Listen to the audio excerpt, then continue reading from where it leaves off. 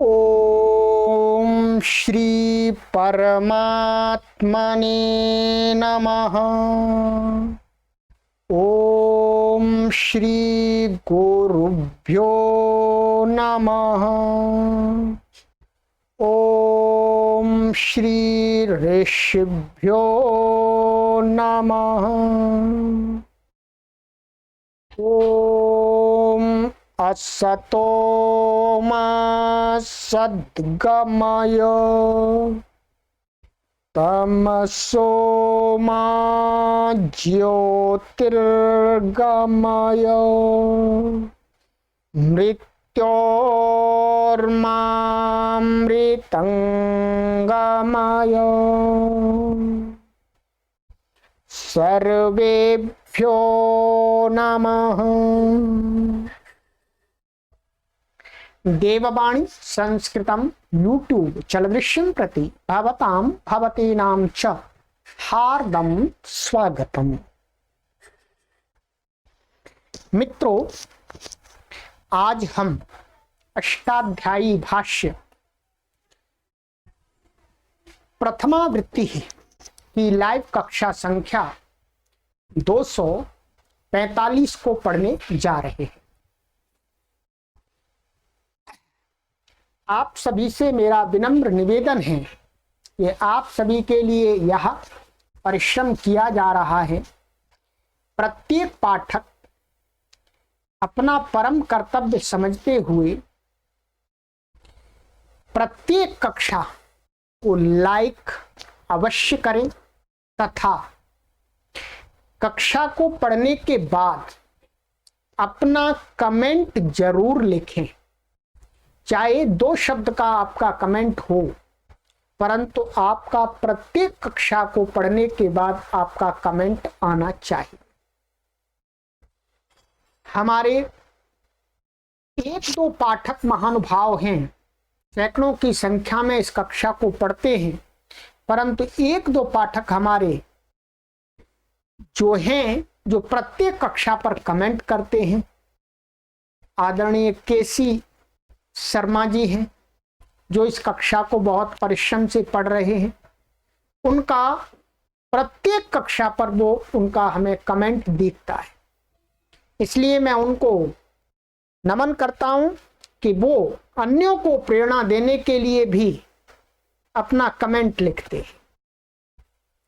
इसी प्रकार से और भी अन्य सभी पाठकों से मैं निवेदन करूंगा कि आप भी इस कक्षा को पढ़ने के बाद, प्रत्येक कक्षा को पढ़ने के बाद, इस कक्षा का मतलब है प्रत्येक कक्षा को पढ़ने के बाद अपना 2 शब्द का चाहे 3 शब्द का जो भी आप कमेंट के रूप में लिखना चाहते हैं, टिप्पणी के रूप में लिखना चाहते हैं कि आपको इससे क्या सीखने को मिला, आप कितना सीख रहे हैं, आप कितनी गहराई से पढ़ रहे हैं, आपको क्या चीज समझ में नहीं आ रही है, तो आप अपना कमेंट जरूर लिखें।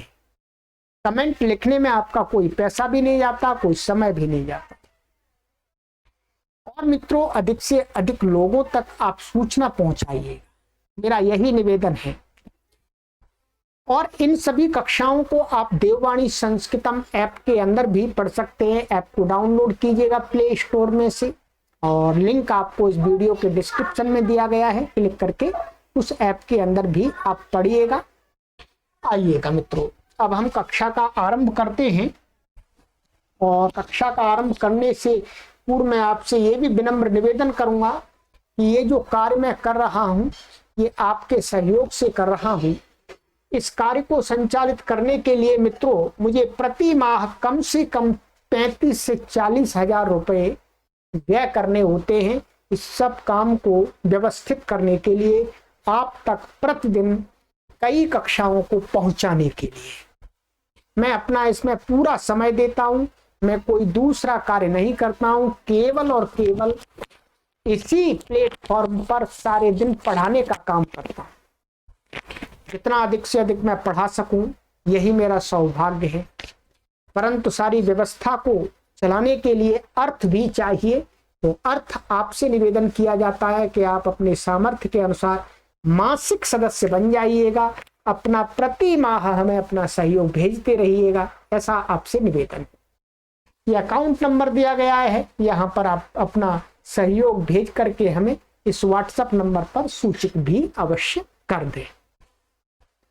चलिएगा मित्रों, कक्षा को पढ़ते हैं। मैंने गत कक्षा में आपको ये सूत्र पढ़ाया था, यस्मात् प्रत्यय विधिस्तदादि प्रत्यय अंगम। विस्तार से पढ़ा दिया, सिद्धियां भी करा दी थी, पूर्व में भी पढ़ाया था। ठीक है, यदि किसी भी पाठक की समझ में नहीं आया है, जो हमारे सभी कक्षाओं को पढ़ने वाले अर्थात सीरीज को पढ़ने वाले पीछे से पढ़ के आ रहे हैं, यदि उनको समझ में नहीं आया है तो आपके लिए हमने व्यवस्था बनाई है कि आप हमें प्रत्येक शनिवार को प्रातः 8 बजे से लेकर के सायकाल 4 बजे के बीच में एक पेपर पर, ब्लैंक पेपर पर लिख करके व्हाट्सएप पर भेज दीजिएगा। हम आपको लाइव आकर के आपकी शंकाओं का समाधान करें। चलिएगा, अब मित्रों ये तो अंग संज्ञा का सूत्र था। आज हम पढ़ेंगे पद संज्ञा, बहुत ही महत्वपूर्ण संज्ञा है। ठीक है, पद संज्ञा ये भी बता दिया था, अंग संज्ञा का केवल एक ही सूत्र है और कोई सूत्र नहीं है। पद संज्ञा का सूत्र है आपका प्रथम अध्याय के चौथे पाद का 14वां सूत्र। बोलिएगा, सुप्तिगंतम पदम, सुप्तिगंतम पदम, सुप्तिगंतम पदम, सुप्तिगंतम प्रथमा विभक्ति एकवचनांतम, पदम प्रथमा विभक्ति एकवचनांतम, समास सुप्च तिंच सुप्तिंगौ, सुप्तिंगौ अन्ते यस्य तत् सुप्तिगंतम। द्वंद्व गर्भो बहुव्रीहि है, पहले द्वंद्व समास कर दिया है, फिर इसमें बहुव्रीहि समास कर दिया। सुप प्रत्यय है 21, तिंग 18 प्रत्यय है, पहले भी आपको बता दिया है, आज भी बताएंगे। और वो उन प्रत्ययों वो प्रत्यय है अंत में जिसके, तो तदंत शब्द समुदाय को, जो शब्द अक्षर समुदाय रूपी शब्द है उसकी क्या हो, उसकी संज्ञा करने जा रहे हैं। ठीक है, अर्थः सुबंतम तिङंतम च शब्द रूपम पद संज्ञम भवति। कहते हैं सुप जिसके अंत में है और तिंग जिसके अंत में, ऐसे शब्द रूप की क्या हो जाती है, पद संज्ञा हो जाती है, अतः उसको क्या बन जाता है, पद। संस्कृत भाषा में नियम है कि अपदम न प्रयुंजीत, अर्थात कोई भी शब्द का प्रयोग करना है तो उसकी आपको पद संज्ञा करनी होती है। तो पद संज्ञा करने वाला यही सूत्र है, यही बताता है आपको कि ये पद है अथवा नहीं है। नहीं है तो आप संस्कृत में प्रयोग नहीं कर सकते, और पद संज्ञा है तो आप प्रयोग कर सकते हैं। चलिएगा, कहते हैं सुप तिंग इति प्रत्याहार ग्रहणम। इसके अंदर जो सुप पड़ा हुआ है, तिंग पड़ा हुआ है, ये क्या है, प्रत्याहार है। सुप प्रत्याहार से आपके 21 प्रत्यय आ जाते हैं, तिंग से आपके 18 प्रत्यय आ जाते हैं। उदाहरण यहां दिया है, ब्राह्मणाः पठन्ति। उदाहरण अभी देखेंगे, पहले मैं आपको ये समझा दूं कि सुप क्या है, तिंग क्या है। वैसे आप जानते हैं, मुझे ज्ञात है, क्योंकि मैंने आपको सैकड़ों बार इसी सीरीज में बताया है, फिर भी ये सूत्र मुख्य पढ़ रहे हैं तो इस पर बताना तो मेरा कर्तव्य होता है। ठीक है, चलिए, यहां वैसे गुरुजी ने लिखा हुआ है, देखिएगा, फिर भी मैं आपको बताऊंगा। सुप अंत वाले तथा तिंग अंत वाले शब्दों की पद संज्ञा होती है। सुप से स्वऊ जस अमाउट, ये 4 1 2 के तू से लेकर के सुप के पकार पर्यंत 21 प्रत्ययों का ग्रहण है, ये बताया था। तथा तिंग से तिप्तस जी सुप्तस में 3 4 78 सूत्र के तिप से लेकर के महिन के नकार पर्यंत 18 प्रत्ययों का ग्रहण होता है। चलिएगा, आइएगा, देखिएगा, ये चौथा अध्याय आप देख रहे होंगे। चौथे अध्याय का दूसरा सूत्र है, ये क्या है, दूसरा सूत्र। सूत्र आपको बहुत बार पढ़ाया है मित्रों, स्वौजसमौष्टाभ्याम भिस्ङेभ्याम भ्यस्ङसीभ्याम भ्यस् नसो साम्यो सुप। ये सूत्र है, इसमें 21 प्रत्यय है। इन्होंने क्या है, यहाँ वास्तव में पहला प्रत्यय सु है और ये पा है, इसको मिला दिया। सु पा, सु से लेकर के पा, इसके बीच में सारे सारे आ जाएंगे, तो वो 21 प्रत्यय है। कौन से 21 प्रत्यय है, यहाँ गिन लीजिएगा, आप लीजिएगा, देखिए।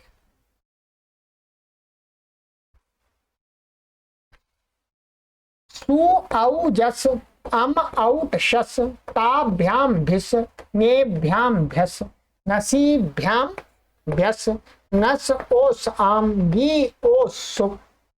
ये 21 प्रत्यय हैं। 1 2 3 4 5 6 7 8 9 10 11 12 13 14 15 16 17 18 19 20 और 21। 21 प्रत्यय का अर्थ है सुप। सुप माने ये 21 प्रत्यय। इन 21 प्रत्ययों में से कोई भी प्रत्यय जिसके अंत में है वो शब्द क्या बन जाएगा, पद संज्ञा। ठीक है, फिर पद संज्ञा के जो काम है वो हो जाते हैं। ये तो हो गया आपका सुप, सरल भाषा में समझा दिया। इसी के तरह तिंग, तिंग के लिए ये सूत्र है आपका, टिप तस जी सिप थस था मिब वस्मस्ता ताम झा था सा थाम ध्वम इट वही महिं। ये सूत्र है 3 4 78। इसमें यहां से ती ले लिया और यहां से इंगा ले लिया तो तिंग बन गया और सारे प्रत्यय आ गए उसके अंदर। प्रत्याहार में तो यही होता है। चलिएगा, ये यहां पर 18 प्रत्यय में आपको गिना देता हूं कौन कौन से हैं। ठीक है, तिप तस झी, सिप थस था, मिप वस मस, इनको परस्मयी पद संज्ञक बोलते हैं। 9 हो गए।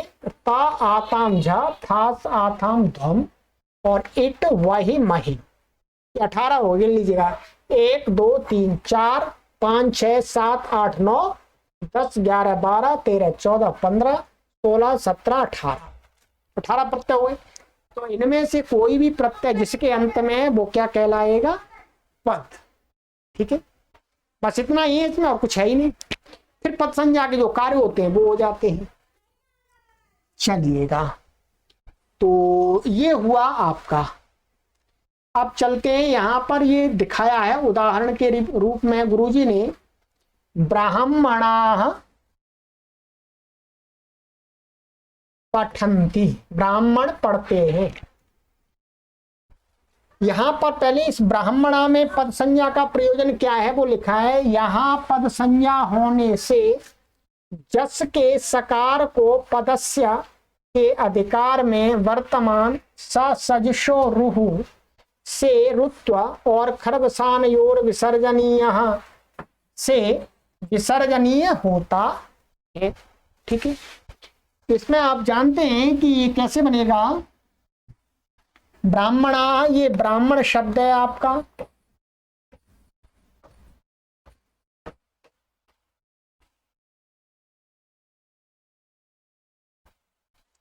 ब्राह्मण शब्द है, स्वादि उत्पत्ति कर लीजिएगा पूर्ववत बहुवचन में। इसमें जस आ जाएगा, क्या आ जाएगा, जस, ये चला जाएगा, अस बचेगा। और प्रथमयो पूर्व सवर्ण, ठीक है, से पूर्व सवर्ण होकर के इसमें क्या हो जाएगा, ब्राह्मणास, ऐसा बन जाएगा।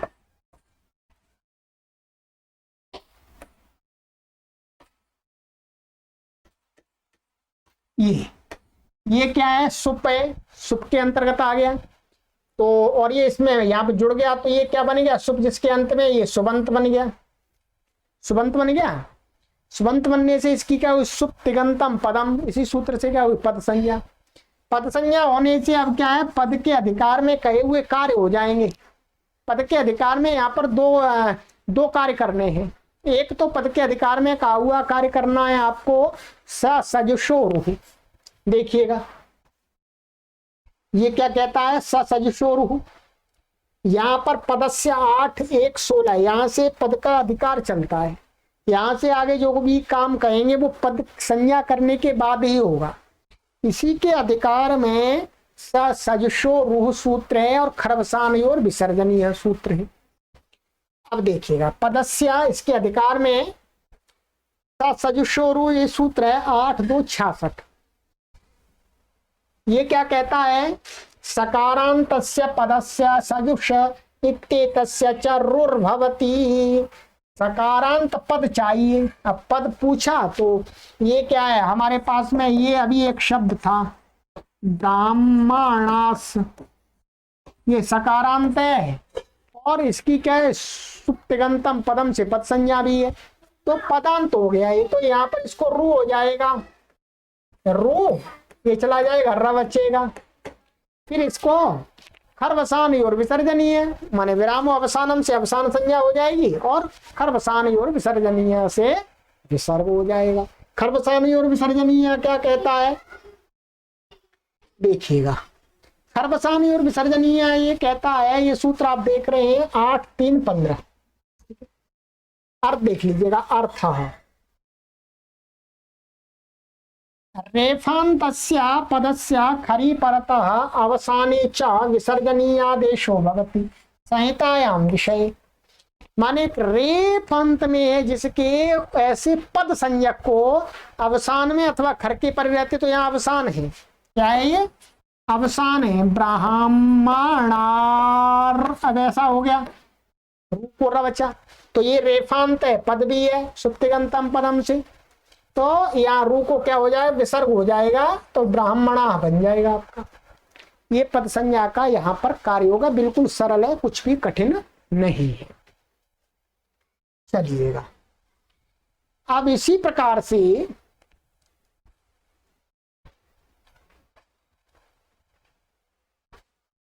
आगे का है आपका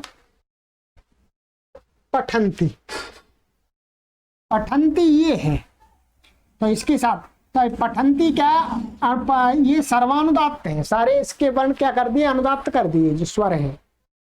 तो यहाँ पर भी क्या है इसकी ये ये पठंती क्या है तिंग है, तिंग के अंदर झी है, झी को बना है। ठीक है, तो ये पा और ठा और शप का ये शप था और जी था यहाँ। ठीक है, जी को क्या हो गया था अंति हो गया था। ठीक है, शप का ये बचा, तो क्या बना ये आपका पाठंती। ठीक है, ऐसा बना। अब ये क्या है ये तिंग के अंतर्गत आता है, तो ये अंत में जिसके, तो ये क्या होगा सुप्तिगंतम पदम से पद संज्ञक हो गया। पद संज्ञा होने से क्या हुआ, पदस्य अधिकार में जो अभी बताया, पद के अधिकार में एक सूत्र है पदस्य और पदार्थ, माने पद और पदस्य और पदार्थ का अधिकार चलता है, पद संज्ञा चाहिए वहां पर, तो इसकी पद संज्ञा हो गई और इसकी भी पद संज्ञा है ब्राह्मणा की। तो क्या होगा तिंग तिंगा, तिंग अतिंगा, ये कहता है तिंग माने अतिंग से उत्तर, अतिंग से उत्तर माने अतिंग पद से उत्तर तिंग पद को सर्वानुदात्त होता है। इसका मैं आपको अर्थ दिखा देता हूं, चलिए देखिए यहां पर ये पदस्य का अधिकार चल रहा है और साथ में पदार्थ भी आ गया, माने पद से उत्तर पद को काम होगा। इसके आगे यहां पर नीचे सूत्र है आपका, ये देखिएगा तिंग तिंगा। हाँ ठीक है, ये देख लीजिए तिंग तिंगा, ये क्या कहता है अतिंगंतात् पदात् उत्तरम तिङंतम पदम अनुदात्तम भवति। अतिंगंत पद में तिंग भिन्न जो अतिंगंत पद है पद संज्ञा, उससे उत्तर तिङंत जो पद है उसको सर्वानुदात्त हो जाता है। सर्वानुदात्त हो जाता है तो क्या बनेगा आपका सर्वानुदात्त होने से पठंती, ये पूरा अनुदात्त हो गया है, बस ये पद संज्ञा का यहाँ प्रयोजन हो गया। ठीक है, इसी प्रकार से पद संज्ञा के बहुत सारे, माने हर शब्द की आपको पद संज्ञा करनी है। ये मान लीजिए आप कोई भी संस्कृत का शब्द प्रयोग करेंगे बना करके, तो उसके लिए ये सूत्र आवश्यक है। बस ये कह सकते हैं संस्कृत के प्रत्येक शब्द के साथ में ये सूत्र आपको लगाना ही पड़ेगा, पद संज्ञा करनी ही पड़ेगी, तभी आप भाषा में प्रयोग कर सकते हैं। जिसकी पद संज्ञा नहीं होगी उसको प्रयोग नहीं कर सकते हैं आप, केवल और केवल आप पठ का प्रयोग नहीं कर सकते हैं, इसको पहले पद बनाना पड़ेगा, सुप या तिंग प्रत्यय लाने ही पड़ेंगे। ठीक है। चलिएगा, ये आपको मैंने बता दिया। सुप तिङंतम पदम, सुप प्रत्यय जिसके अंत में है अथवा तिंग प्रत्यय जिसके अंत में है, उसकी उस शब्द रूप की क्या हो जाती है, बोलो, पद संज्ञा। ठीक है, चलिएगा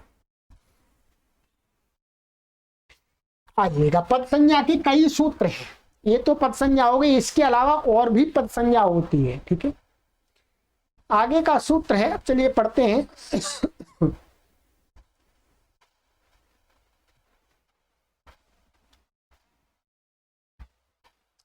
और कहा किसकी पद संज्ञा होती है, नाहा के, नाहा प्रथमा विभक्ति एक वचनांतम, के सप्तमी विभक्ति एक वचनांतम, ऊपर से इसमें अनुवृत्ति आ रही है पदम की, पद की। ठीक है, पदम की अर्थ के परतो नान्तम शब्द रूपम पद संज्ञम भवति।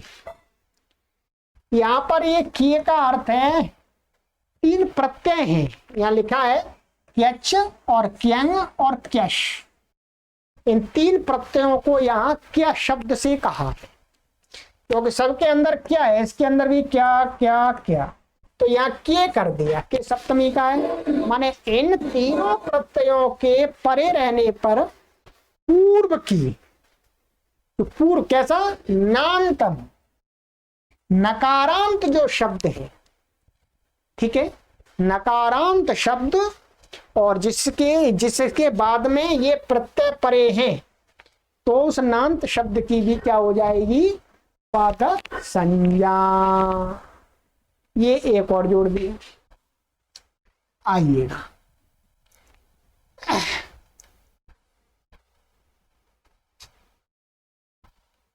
यहां पर आपको एक विशेष बात समझनी है। ठीक है, अभी सिद्धि में समझा दूंगा। कैसे क्यच क्यश क्यंग क्यश तीनों का सामान्य ग्रहण किया गया है। ठीक है, नकारांत शब्द की के माने क्यच क्यंग क्यश परे रहते पद संज्ञा होती है। अब देखिएगा, जो ये प्रत्यय आते हैं, ये वास्तव में सुबंत से आते हैं। क्या, सुबंत से आते हैं, पहले सुप लाना पड़ता है, उसके बाद ये प्रत्यय आते हैं। जो नकारांत शब्द होगा उससे पहले सुप में से कोई प्रत्यय लाना पड़ेगा, उसके बाद ये प्रत्यय होंगे। इसलिए यहां पर गुरुजी ने लिखा कि पूर्व सूत्र से ही पद संज्ञा सिद्ध थी, सो पुनः विधान नियमार्थ है।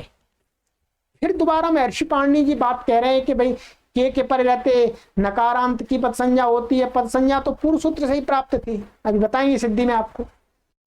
तो क्या है, सिद्धे सती आरंभ नियमार्थ,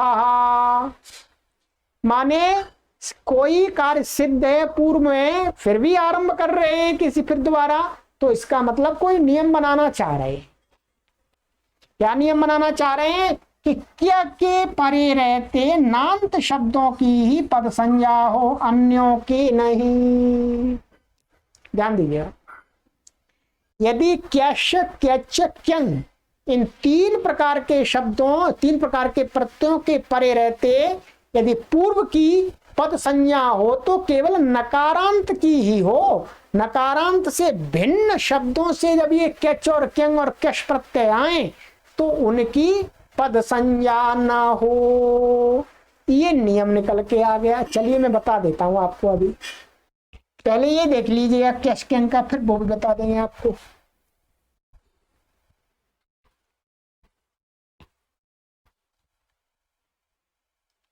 उदाहरण है इसके, क्यच का है राजीयति, क्यंग का है राजायते, क्यश का है चरमायति चरमायति। पहले हम क्यच का लेते हैं राजीयति का। ठीक है, आइएगा परिशिष्ट में चलिएगा। परिशिष्ट में आप देखेंगे ये आपका पेज नंबर 709 है इस पुस्तक का, जिससे मैं पढ़ा रहा हूं, इसका संस्करण का, इस संस्करण का। यदि आपके पास में पहले का पुराना संस्करण है तो उसमें संख्या आगे पीछे हो सकती है। यहां पर ये देखिए, ये है राजीयति माने आत्मनः राजानम इच्छति। राजीयति अपने राजा को चाहता है, ये अर्थ है। इस अर्थ में यहां पर क्या आया है, केच प्रत्यय आया है आपका। क्या है, केच प्रत्यय।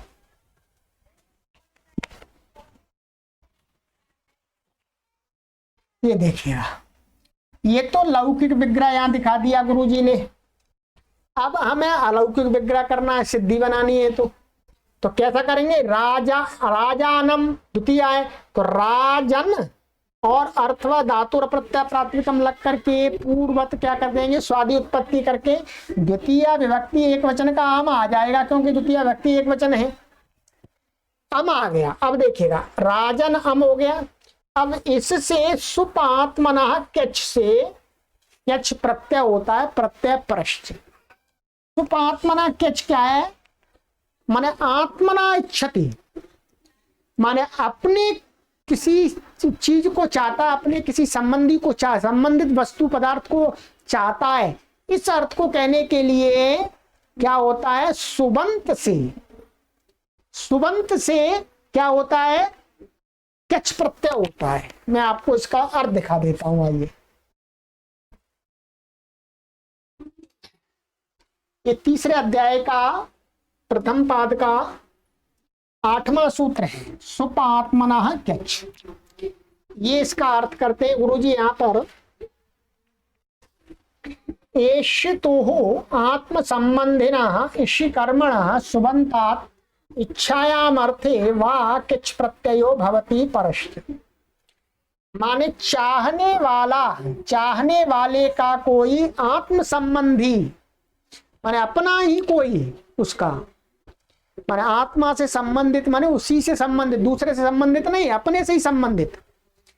और क्या है, इषि कर्मणः, और वाक्य में वो इष धातु का कर्म हो, माने जो शब्द है तदवाची शब्द वो क्या बन रहा हो, इष धातु का कर्म बन रहा हो।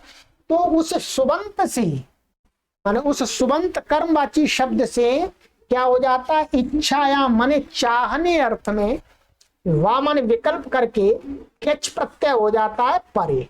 समझ में आ गया होगा। जैसे आप यही देख लीजिएगा, आत्मनः पुत्रम इच्छति। अब यहाँ पर क्या है, आत्मनः माने अपने से संबंधित पुत्र है, और इच्छति का क्या है, कर्म है यहाँ पर पुत्रम। तो इसको कहने के लिए क्या हो जाएगा, उस कर्म माने द्वितीय होती है, तो द्वितीय अंत से किच प्रत्यय हो जाता है, वही प्रत्यय वहां हो गया है। आइएगा, ये तो सुपात्मना किच से माने अपने राजा को चाहता है। तो ये राजानम यहाँ पर क्या है, इच्छति का कर्म है, और आत्मना संबंधी माने आत्म संबंधी है। तो इसलिए क्या, इच्छा आने अर्थ में विकल्प करके होता है। ये जब प्रत्यय हुआ है तब का हम बना रहे हैं, तो यहाँ पर किच प्रत्यय हो गया। आप ध्यान दीजिएगा, अब इसकी क्या हो जाएगी, किच प्रत्यय सनाद्यंता धातव, सनादि प्रत्यय, सनाद्यंता धातव से इसकी क्या हो गई, धातु संज्ञा हो गई पूरे की। इस पूरे की क्या हुई, धातु संज्ञा। धातु संज्ञा होने के बाद सुपो धातु प्रातिपदिकयो से इस अम का लुक हो गया। क्या हो गया बोलो, अम का लुक। अम का लुक हो गया तो क्या बना, राजन, या किच का च भी चला जाएगा अनंतम, और लशक देते एक का चला गया, तो यह बच्चा राजन यह ऐसा बन गया। ठीक है, देखते रहिएगा। आनंद आ रहा है आपको, सर्जरी हो रही है शब्दों की। ठीक है, आप गणित के सूत्र लगाते होंगे तब आपको उतना आनंद नहीं आता होगा, गणित के सूत्र से यहां पर अधिक आनंद आता है। क्यों, जब आप गणित का कोई सूत्र लगाते हैं तो उसमें अर्थ निकल के नहीं आता, केवल संख्याएं जुड़ के आ जाती हैं, कोई विशेष अर्थ निकल के नहीं आता। उसमें संख्याओं का योग आ जाता है, नंबर आ जाते हैं बस केवल। भाई 5 और 5 जोड़े आपने तो 10 बन गए, 10 अंक आ गए, 10 शब्द बस 10। परंतु जब आप यहां सर्जरी करते हैं तो आपके लिए एक नया मीनिंग निकल करके आता है। हो सकता है वो मीनिंग आपके जीवन को कभी कभी बदल दे एकदम। बदल देता है। बहुत सारे शब्द ऐसे आए हैं इसमें। तो मित्रों यहां ध्यान देना है आपको। अब क्या ध्यान देना है? राजन अम, ये इसका सुपो धातु प्रातिपदिक से लुक हो गया इसका।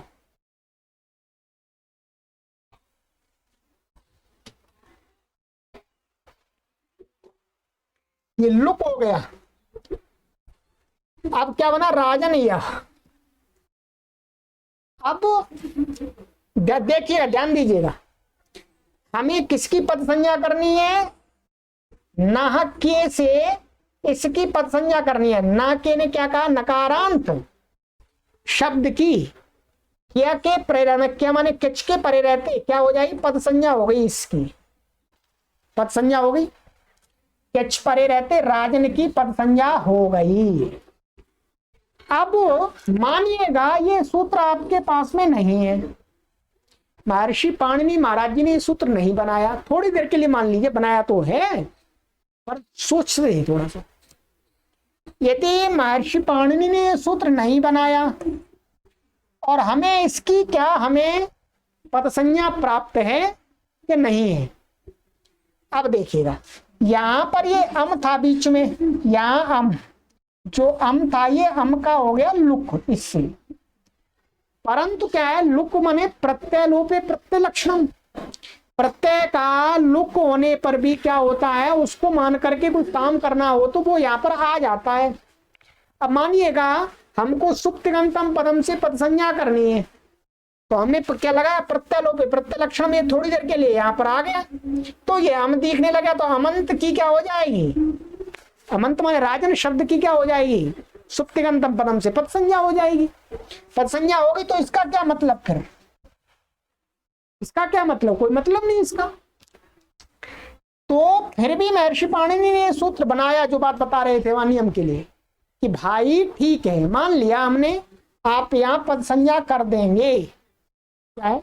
यहाँ पद संज्ञा तो कर देंगे आप उस सूत्र से, परंतु इसी प्रकार से नकारांत की इसके परे रहते पद संज्ञा हो रही है, ऐसे दूसरे शब्द भी हो सकते हैं। ठीक है, दूसरे शब्द भी हो सकते हैं, उनकी भी पद संज्ञा हो जाएगी। उनकी पद संज्ञा नहीं करनी है, इसलिए कहते हैं कि न क्या के परे रहते तो केवल और केवल नकारांतों की पद संज्ञा होती है, भिन्न शब्दों की नहीं होती। भिन्न शब्द कौन सा मैं अभी आपको बताऊंगा। तो अब आइएगा यहाँ पर, नाके से पद संज्ञा हो गई राजन की। पद संज्ञा होने से क्या हो गया? नलोपा प्रातिपदिकांतस्य, माने नलोपा प्रातिपदिकांतस्य अर्थात पदांतस्य प्रातिपदिकांतस्य नकारस्य लोपः भवति। अब ये पद भी बन गया, और ये क्या है? अर्थवा धातु और प्रातिपदिकम से ये क्या है? प्रातिपदिक भी है। ये प्रातिपदिक भी तो था ये, तो ये प्रातिपदिक का अंत भी हो गया और नकार अंत में है, और इसकी पद संज्ञा भी हो गई। तो नलोपा प्रातिपदिकांत से क्या हो गया? नकार लोप हो गया। पद संज्ञा का ये लाभ मिल गया आपको। यहाँ पद का अधिकार चल रहा है, पद चाहिए। अर्थ में दिखा देता हूं आपको इसका, आइएगा ये देखिएगा, ये सूत्र है नलोपा प्रातिपदिकांतस्य। इसका अर्थ क्या किया है महर्षि पाणिनि ने? अर्थ प्रातिपदिकस्य पदस्य यो अन्त्यः नकारः तस्य लोपो भवति। प्रातिपदिकस्य पदस्य माने प्रातिपदिक संज्ञक भी होना चाहिए, साथ में पद संज्ञा भी होनी चाहिए। तो हमने भी राजन शब्द की दोनों संज्ञाएं कर लिया, अर्थ व धातु प्रातिपदिकम से प्रातिपदिक संज्ञाएं और नाके से पद संज्ञाएं, और उसके अंत में वर्तमान जो नकार है उसका लोप हो गया इस सूत्र से। चलिएगा, कोई बात नहीं, हो गया। अब क्या हुआ मित्रों? राज यह बन गया। अब यहां पर एक सूत्र है कैचीचा। कैचीचा से क्या हो जाता है? कैच के परे रहते ह्रस्वकारांत शब्द को ई आदेश हो जाता है, ई तो हो जाता है। अर्थ देखिएगा कैचीचा का, ये कैचीचा सूत्र है आपका 7-4-33। क्या कहता है ये? क्यची च परतो अवर्णान्तस्य अंगस्य ईकारादेशो भवति। माने अवर्ण का अर्थ है ह्रस्व पर दीर्घ दोनों आ जाएंगे। अवर्ण को किच प्रत्यय के परिवर्ते अंग को क्या हो जाता है, ई आदेश हो जाता है। ई आदेश हो गया आपका। जब ई आदेश हो गया तो क्या बन जाएगा, अलो अंत्यस्य से कहाँ होगा, राज के अको हो जाएगा, तो राजिया। और फिर अब ये क्या है, ये सनाद्यंता धातुवा से धातु संज्ञा है इसकी, ध्यान दीजिएगा। सनाद्यंता धातुवा से इसकी धातु संज्ञा है इसकी, किच प्रत्यांत की धातु संज्ञा होने धातुओं के अधिकार में टिप आदि आकर के, शप आदि आकर के पूर्वत सिद्धि कर लीजिएगा, राजीय शप टिप राजीयति बन जाएगा आपका, बन गया। चलिएगा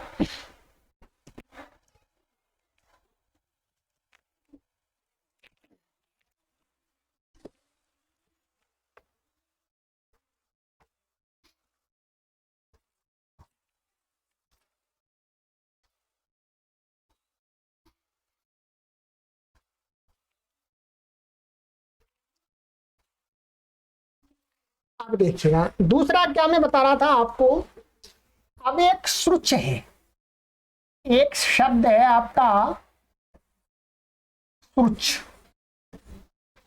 ठीक है, श्रुच शब्द है। इससे यदि आप श्रुच और और यहां पर किच प्रत्यय ले आएंगे, ठीक है, क्या ले आएंगे, किच प्रत्यय,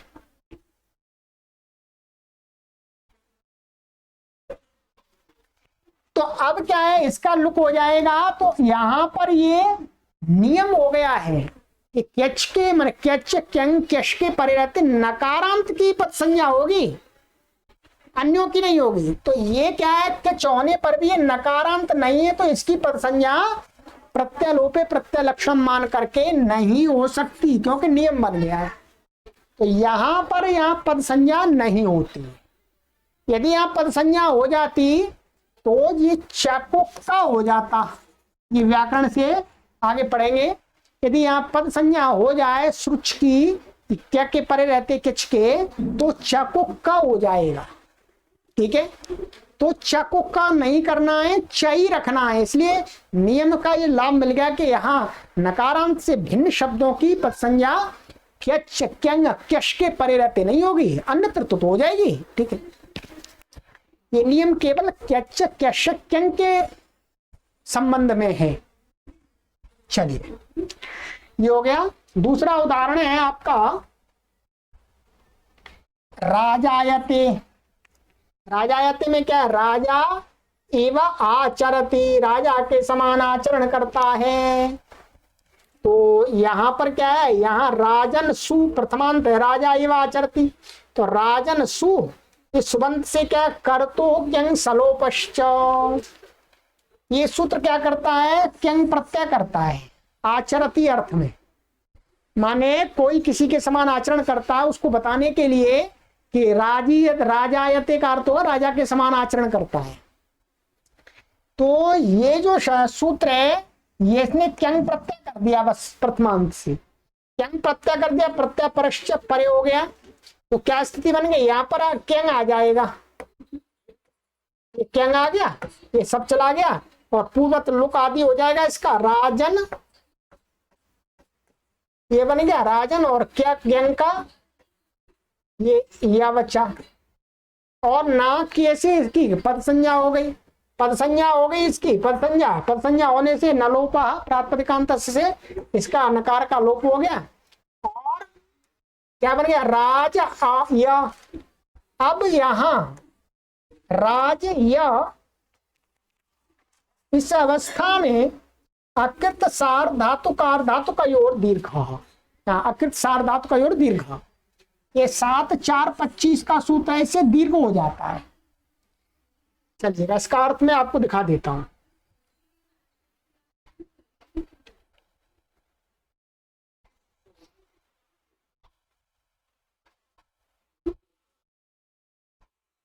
ये सूत्र है अकृत सार धातु का योर दीर्घ 7 4 25। ये क्या कहता है, अकृत यकारे असार धातु के यकारे च किंगिति परतः अजंतस्य अंगस्य दीर्घो भवति।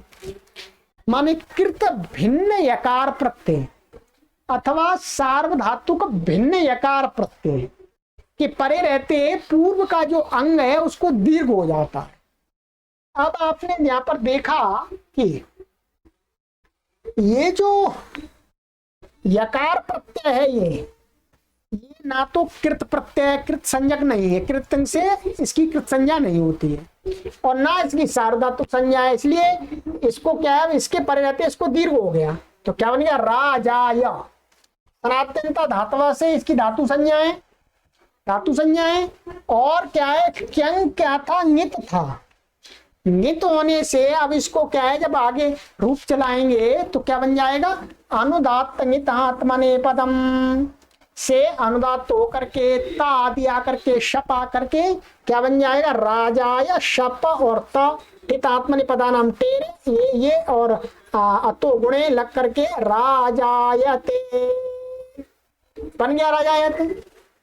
नाकी का प्रयोजन घट गया, क्या के पर रहते, किंग के पर रहते पद संज्ञा हो गई। चलिए ये हो गया। अब है आपका चर्मायती और चर्मायती, इसके दो उदाहरण बनते हैं।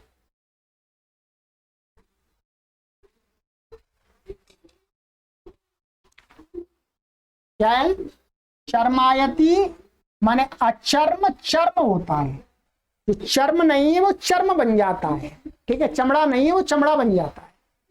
अर्थात पहले चमड़े रूप में नहीं था, पर उसको थोड़ा सा कुछ साफ सफाई कर दी, उसको जो भी उसकी मालिश आदि कर दी, जो मांस होता है उसका पशु का, ठीक है, तो ऊपर का चर्म होता है, मांस तो नहीं, चमड़ी होती है, तो उसको चर्म तभी कहेंगे जब वो यूज करने लायक हो जाए।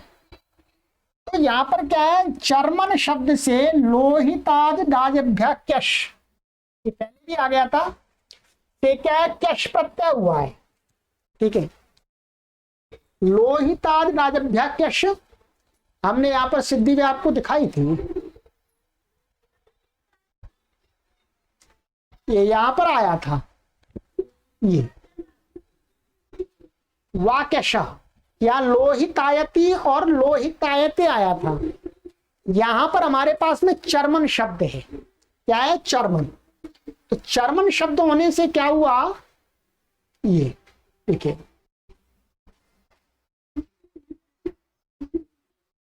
चर्मायते, तो क्या करेंगे आप, चर्मन शब्द है ये, तो क्या है, अचर्म चर्म भवती, तो चर्मन से सु आ जाएगा, ये सु चर्मन सु, और लोहितादि डाजभ्यक्यश से क्या हो जाएगा, लोहितादि उसमें लोहितादि गण में मानेंगे इसको, ठीक है, लोहितादि गण में यहां देखिएगा,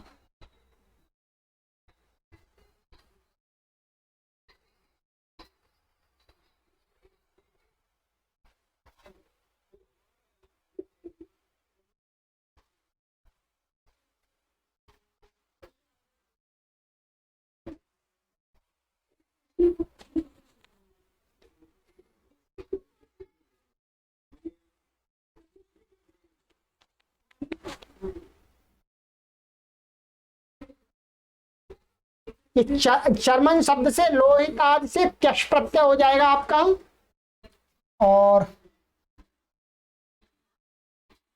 तो ये बनेगा आपका अलोहि अलोहि चर्मन और सु, और इससे क्या हो जाएगा, क्यश प्रत्यय।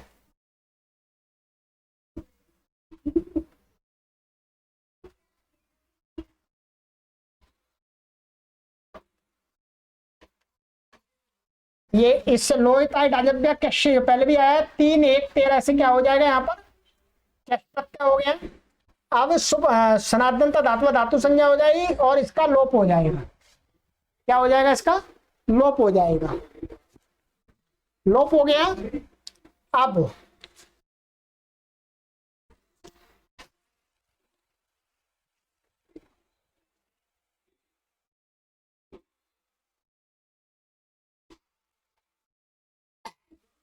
अब इसके परे रहते हैं, इस सूत्र से नाहक के से क्या हो जाएगी, इसकी पद संज्ञा होने से नलोपा प्रातिपदिकांत से नका लोप हो जाएगा। तो नलोप पूर्वती पद संज्ञा होने से नलोपा प्रातिपदिकांत से नकार का लोप होकर के क्या बना, चर्मय, ऐसा बन गया। अब यहाँ पर चर्मय और अकृत सार्वधातु कयोर दीर्घ से, अभी जो हमने दीर्घ किया था यहाँ दीर्घ हो जाएगा चर्माय, ठीक है, चर्माय। अब वाक्यशः, ये सूत्र हमने आपको पढ़ा दिया है 1390 कि जो क्यश प्रत्यांत शब्द होते हैं, धातु होती है, उससे क्या विकल्प करके परस्मय पद होता है और पक्ष में आत्मनेपद होता है। तो परस्मय पद जब हो जाएगा तो शब्द आ जाएंगे, चर्मायति बन जाएगा, और जिस पक्ष में परस्मय पद नहीं होगा तो इसी से आत्मनेपद हो जाएगा, तो उसको आत्मनेपद बन जाएगा चर्मायते, माने शप और ता आ जाएगा, टित आत्मनेपदानाम टेरे लग करके चर्मायते। तो ये सिद्धियां तो आपने मुख्य रूप से लोहितायति जैसा बनाया वैसा ही है, केवल यह पद संज्ञा करके चर्मन के नकार का लोप हो गया है और अकृत सार्वधातु कयोर दीर्घ से दीर्घ हो गया है, बस और कुछ नहीं। चलिए मित्रों, ये आपका सूत्र कंप्लीट हो गया, ठीक है। सुप्तिगंतम पदम और नाहक की ये नियम समझ लीजिएगा, अर्थात नकारांत शब्द क्या क्यंग और क्यश और किच प्रत्यय के परे रहते केवल नकारांत शब्दों की संज्ञा होती है, अन्य चकारांत तकारांत आदि शब्दों की नहीं होती है, क्यच क्यंग क्यश के परे रहते। दूसरा कोई प्रत्यय परे होगा तो हो जाएगी, कोई परेशानी नहीं है, ठीक है। चलिएगा, ये नियम अच्छी प्रकार से समझ लीजिएगा। आगे की कक्षा, आगे का सूत्र है मित्रों हमारा, चलिएगा इसी में पढ़ लेते हैं इसको, ये हमारा इसी में है। पद संज्ञा अभी चल रही है, आगे भी चलेगी।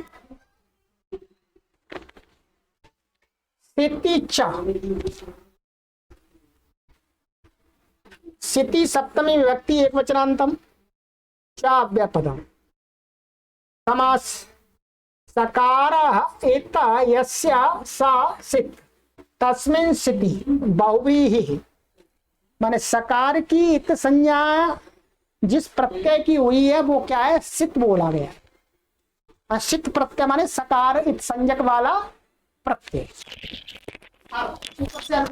पदम की अर्थ सिति प्रत्यय पूर्वम पद संज्ञम भवति। सित प्रत्यय कोई परे है, उसके पूर्व का जो शब्द है उसकी भी पद संज्ञा हो जाती है। उदाहरण भवदीयः ऊर्णायु, ये जो उदाहरण देख तो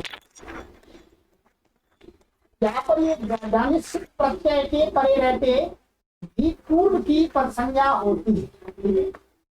यहाँ यची भम का अपवाद सूत्र, आगे यची भम सूत्र आएगा, ये भसंज्ञा करने वाला सूत्र, भसंज्ञा करने वाला बोलो, भसंज्ञा करने। ये क्या है अभी बताएंगे, या यची भम प्राप्त, भसंज्ञा की प्राप्ति, क्या प्राप्ति थी, भसंज्ञा की प्राप्ति, भसंज्ञा की प्राप्ति थी।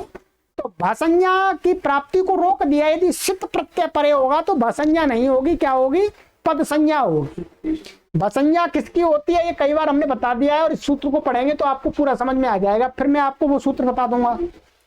चलिएगा अब यहां पर देखिएगा आप, ये सिद्धियां हैं भवदीयः और ऊर्णायु। भवदीयः की सिद्धि को हम मोटा मोटा देखेंगे, ठीक है। केवल भवदीय का अर्थ होता है आपका, आपका। भवत ngश माने भवदीय माने भवतः अयम भवदीयः, ये इसका लौकिक विग्रह, अलौकिक विग्रह करेंगे तो भवतः ngश समर्थानाम प्रथमाद्वा के अधिकार में प्रथमा समर्थ से ही तदादीनी च से भवत की वृद्ध संज्ञा है। तदादि गण में पड़ा हुआ भवत शब्द, तो तदादीनी च से क्या हो जाती है, वृद्ध संज्ञा हो जाती है। वृद्ध संज्ञा होकर के फिर इसके अधिकार में भवतष्ठक छसौ से तस्येदम, क्या है तस्येदम, इस अर्थ में उसका यह, इस अर्थ में भवतष्ठक छसौ माने भवत शब्द से ठक और छस प्रत्यय होते हैं। तो हमने यहाँ पर छस किया है, ठक नहीं किया, छस किया है। छस प्रत्यय हुआ, प्रत्यय परश्च, तो भवत घस छस, ठीक है। अब यहाँ पर क्या है, हलंत्यम से सकीत संज्ञा हो गई, तस्य लोपा दर्शनम लोपः। अब फिर तद्धित समासाश्च से ये तद्धित प्रत्यय, तो इसकी पूरे की क्या हो गई, प्रातिपदिक संज्ञा। प्रातिपदिक संज्ञा होने से सुपो धातु प्रातिपदिकयो से प्रातिपदिक के अवयव सुप का लुक हो गया। क्या बचा आपका, भवत छ। अब यस्मात् प्रत्यय विधिस्तदादि प्रत्ययंगम से पूर्वत अंग संज्ञा करके आई ने नी फाड़ा कच्चा गाम प्रत्यादेना, इस सूत्र में छ को ई आदेश कहा है, ठीक है। ये मैंने पहले पढ़ाया, छ को क्रमशः ई आदेश होता है। तो ये छ प्रत्यय, छ को क्या हो गया, छ भाग को ई हो गया और आ बच गया, तो जुड़ जाएगा ई या ऐसा, भवत ई ऐसा बन गया। अब देखिएगा, अब समझना है आपको बात को। भवत ई आ, यहां पर यची भम से भवत की भसंज्ञा प्राप्त थी। क्या यची भम से, यची भम क्या कहता है देख लीजिएगा। यची भम का अर्थ है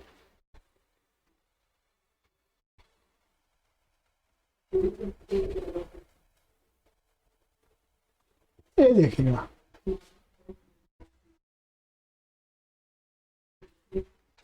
यची भम कहता है कि सर्वनाम स्थान भिन्ने स्वादौ यकारादौ अजादौ च प्रत्यय परता पूर्वम भसंज्ञम भवति। माने सर्वनाम स्थान संज्ञा से भिन्न जो स्वादी प्रत्यय, माने चौथे अध्याय और पांचवें अध्याय के प्रत्यय हैं, उनमें यदि कोई यकारादि प्रत्यय अथवा अजादि प्रत्यय, तो उसके परे रहते पद संज्ञा नहीं होती है, भसंज्ञा होती है। अब हमारा जो ये प्रत्यय है, ये छस प्रत्यय था, अब ये कैसा बन गया, आजादी बन गया, तो छ को ये हो गया, और ये सर्वनाम स्थान भिन्न है और स्वादी है, ठीक है। तो इससे भसंज्ञा प्राप्त थी, भसंज्ञा प्राप्त थी। तो भसंज्ञा यदि हो जाए, यहां पर भसंज्ञा यदि हो जाए तो ये क्या है, तई रहेगा, भवतीयः रहेगा, और हमको बनाना क्या, भवदीयः।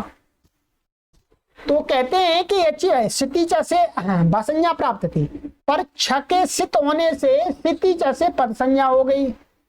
अब इसकी पद संज्ञा हो गई, पद संज्ञा होने से पद के अधिकार होने से, क्या पद के संज्ञा होने से पद अधिकार में झलाम जशो अंत, माने पद के अंत में वर्तमान झलों को जश हो जाता है, अर्थात अपने ही वर्ग का तीसरा अक्षर हो जाता है। तो अब इसकी पद संज्ञा हो गई इतने की, पद संज्ञा होने से त को क्या हो जाएगा, द हो गया, त को द हो गया झलाम जशो अंते से, तो भवदीय ए बन गया, और भवदीय कृतद्धित समासा प्रातिपदिक संज्ञा है, स्वादि उत्पत्ति करके भवदीय ये बन गया। बस पद संज्ञा करने का प्रयोजन यहाँ पर क्या है, झलाम जशो अंते से त को द हो जाना, और यदि पद संज्ञा नहीं होती तो क्या हो जाता, भसंज्ञा हो जाती, इससे भसंज्ञा हो जाती तो त ही रहता, ये भवदीय नहीं बनता, भवतीय बन जाता, शुद्ध शब्द। अब आपको ये पूरा समझ में आ गया होगा। इसी प्रकार से आगे की सिद्धि है, देखिएगा। ऊर्णायु,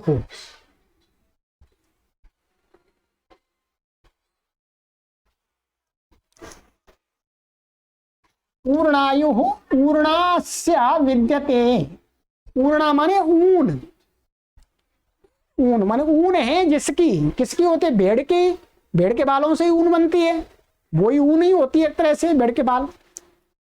तो ऊर्णायु माने भेड़, वो अब इसका करें ऊर्णास्य, तो ऊर्णा पूर्व सब सूत्र लगा करके अर्थवा धातु प्रत्यय प्रातिपदिकम इत्यादि लग करके क्या हो जाएगी, प्रथमांत से आना है, तो ऊर्णा सु। अब यहां पर क्या है, ऊर्णायायुष, ये सूत्र है ऊर्णायायुष। इससे मत्वर्थ में, मत्वर्थ का अर्थ होता है कोई वस्तु जिसकी है या जिसमें है उसको बताने के लिए उसी शब्द से मत्तु प्रत्यय आता है। जैसे धनवान, धन है जिसके पास में धनवान, तो उसी अर्थ में यहाँ पर ऊर्णा है जिसकी, उसको कहने के लिए ऊर्णा शब्द से क्या प्रत्यय आ रहा, ऊर्णाया, उससे युष प्रत्यय हुआ, प्रत्यय परश्च होकर के ऊर्णा सु युष हो गया। फिर तद्धित समासाश्च से इसकी प्रातिपदिक संज्ञा है, ये तद्धित है, प्रातिपदिक संज्ञा होने से सुपो धातु प्रातिपदिकयों से सु का लुक हो गया। फिर हलंत्यम से सकीत संज्ञा हो गई, तो ये सित हो गया। तस्य लोप हलक करके क्या बना, ऊर्णायु। अब यहां पर सिति च से पद संज्ञा होने से भसंज्ञा का बाद हो गया। ध्यान दीजिएगा, यहां पर यच्छि भम से यकारादि प्रत्यय स्वादी है, सर्वनाम स्थान भिन्न है। ये तो यहाँ भसंज्ञा प्राप्त हो रही थी यच्छि भम से। यदि यहाँ भसंज्ञा हो जाती तो भसंज्ञा होने पर क्या हो जाता, यस्येति च से आकार का लोप हो जाता, शब्द नहीं बनता। अब हमने क्या कर दिया, सित सित प्रत्यय के परे रहते भसंज्ञा को रोक करके पद संज्ञा कर दी। इसके पद संज्ञा करने से अब यस्येति च नहीं लगेगा, नहीं लगेगा तो आकार का लोप नहीं होगा, यही लिखा है। यहां सिति च से पद संज्ञा होने से भसंज्ञा का बाद हो गया, अतः भसंज्ञा होने से यस्येति च वाला जो लोप है वो प्राप्त था। अब नहीं हुआ लोप क्योंकि भसंज्ञा है ही नहीं, इसकी पद संज्ञा है। यही पद संज्ञा का फल है। क्या फल है पद संज्ञा करने का, कि यस्येति च से लोप ना हो जाए। लोप हो जाएगा तो शब्द सिद्धि नहीं बनेगी। तो क्या बना, ऊर्णायु। और फिर ये तद्धित है ही, तो पूर्व स्वादि उत्पत्ति करके रुत्व विसर्जनीय करके ऊर्णायु, ये बन गया आपका। ठीक है, दोनों सिद्धि। अब आपने आज हमने 3 सूत्र पढ़ लिए। सुप तिगंतम पदम, सुबंत और तिगंत शब्दों की पद संज्ञा होती है। और यच क्यं त्यश इन 3 प्रत्यय के परे रहते यदि पद संज्ञा होती है तो किसकी होती है, नकारांत शब्दों की होती है। और सित प्रत्यय के परे रहते पूर्व की पद संज्ञा होती है, भसंज्ञा नहीं होती है। उदाहरण भी मैंने आपको बता दिए।